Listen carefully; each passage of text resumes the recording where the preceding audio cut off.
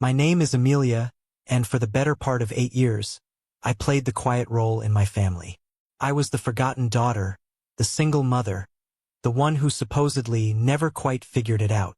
While my sister Olivia and her picture-perfect family were treated like royalty, I was repeatedly and quietly pushed aside. The worst part wasn't the neglect itself. It was the yearly reminder that my children and I didn't matter as much.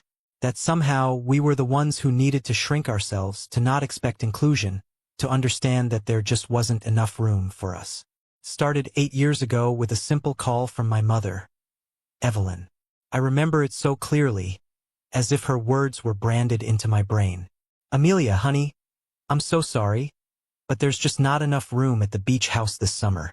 Olivia's family has grown so much, and you know how the kids need their space. At the time, I gave her the benefit of the doubt. For kids is a lot.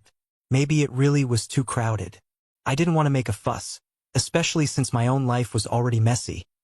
A fresh divorce, 2 young children to care for, and a business that was barely off the ground. I swallowed my disappointment and told myself that next year would be different. Next year never came. Every March, the same call, the same excuses, the same shrugging off of my existence. And every year, my children, Alex and Mia, would look up at me with eyes full of innocent questions. Why can't we go to Grandma's beach house like Jack and Ava?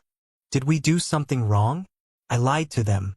I said it was because the house was small, that maybe next year Grandma would invite us too. But inside, the truth was a slow, smoldering fire. Mom's beach cottage in North Carolina was not a shack. It was a 4-bedroom, 3-bath home with an expansive deck and a breathtaking ocean view. There was space. There was always space. Each summer, Olivia's family, her husband Mike and their children Jack, Ava, James, and Arya, would descend on the beach house like it was their birthright. My mother would spend weeks preparing, stocking the fridge with Mike's favorite craft beers, buying Olivia's preferred organic sunscreen, laying out beach toys, floaties, and new swimsuits for the children. She'd clean every corner and decorate the guest rooms. They were her guests of honor. And us? We were an afterthought, a footnote, a maybe next year that was never meant to happen. What hurt the most wasn't the exclusion itself. It was the way it bled into everything else. At birthdays, Mom would gush about Olivia's job as if it were the pinnacle of success. Mike closed another big deal, she'd say. They might even get that second SUV.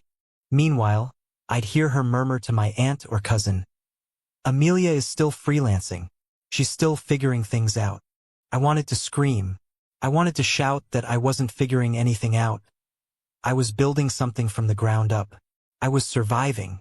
No, I was doing more than surviving. I was thriving. After my divorce, I'd started a graphic design business from nothing.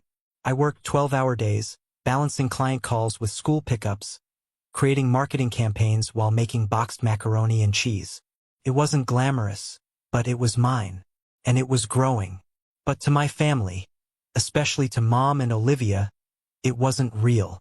It wasn't the kind of job you talked about with pride at the dinner table. I didn't have a 401k or a commute.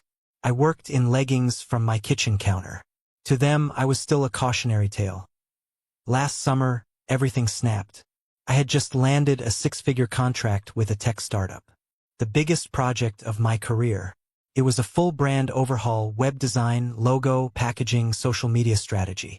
The kind of job that could keep me financially secure for the entire year.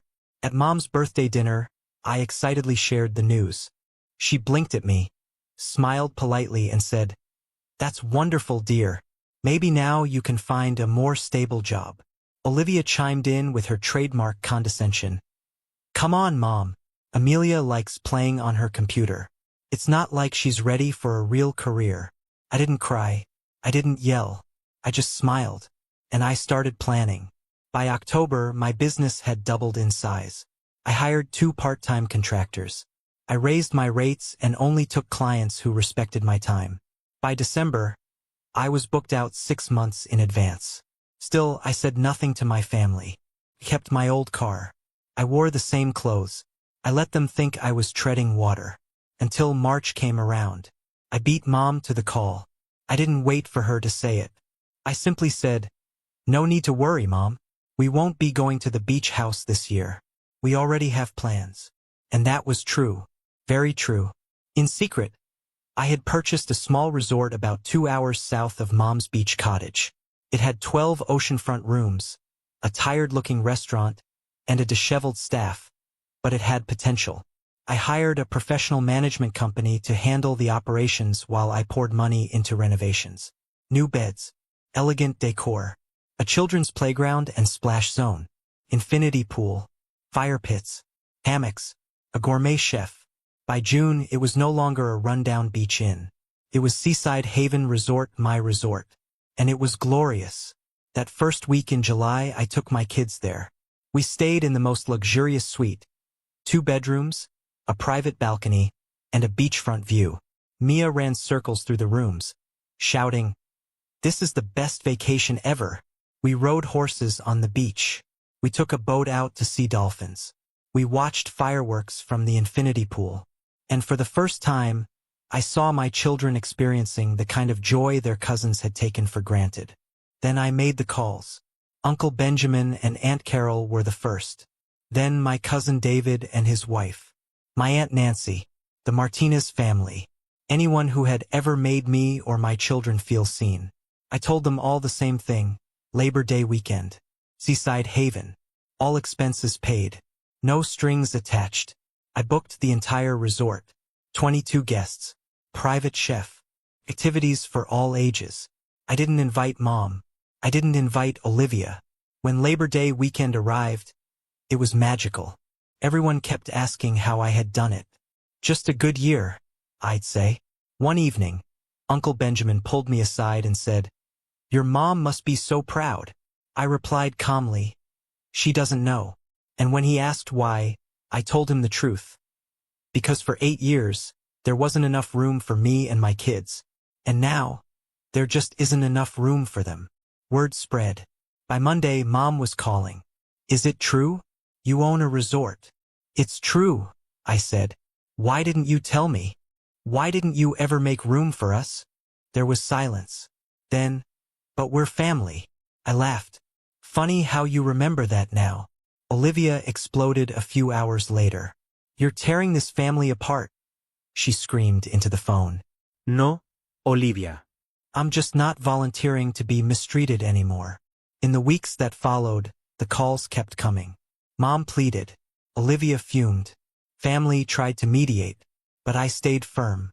The resort was flourishing. My design agency expanded. My kids were thriving, and I wasn't about to shrink again. Thanksgiving came and went. We held it at the resort with our new chosen family.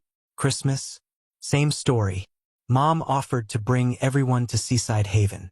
I told her the truth. It was fully booked, with paying guests who hadn't spent years excluding me. 3 years have passed since I bought that first resort. Now I own 2, Seaside Haven and Mountain View Lodge. A third is in the works in Colorado. My agency has 15 employees. My kids are proud of me, and I am proud of me. Mom and I are trying to rebuild. Slowly, carefully. Olivia and I are learning to respect each other.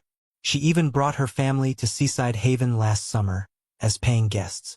But I'll never forget those 8 years. And I'll never again allow anyone to treat me or my children as less. Because when someone tells you there isn't enough room, you build your own room. Then you build a resort. Then you build an empire. And you fill it with the people who truly see your worth.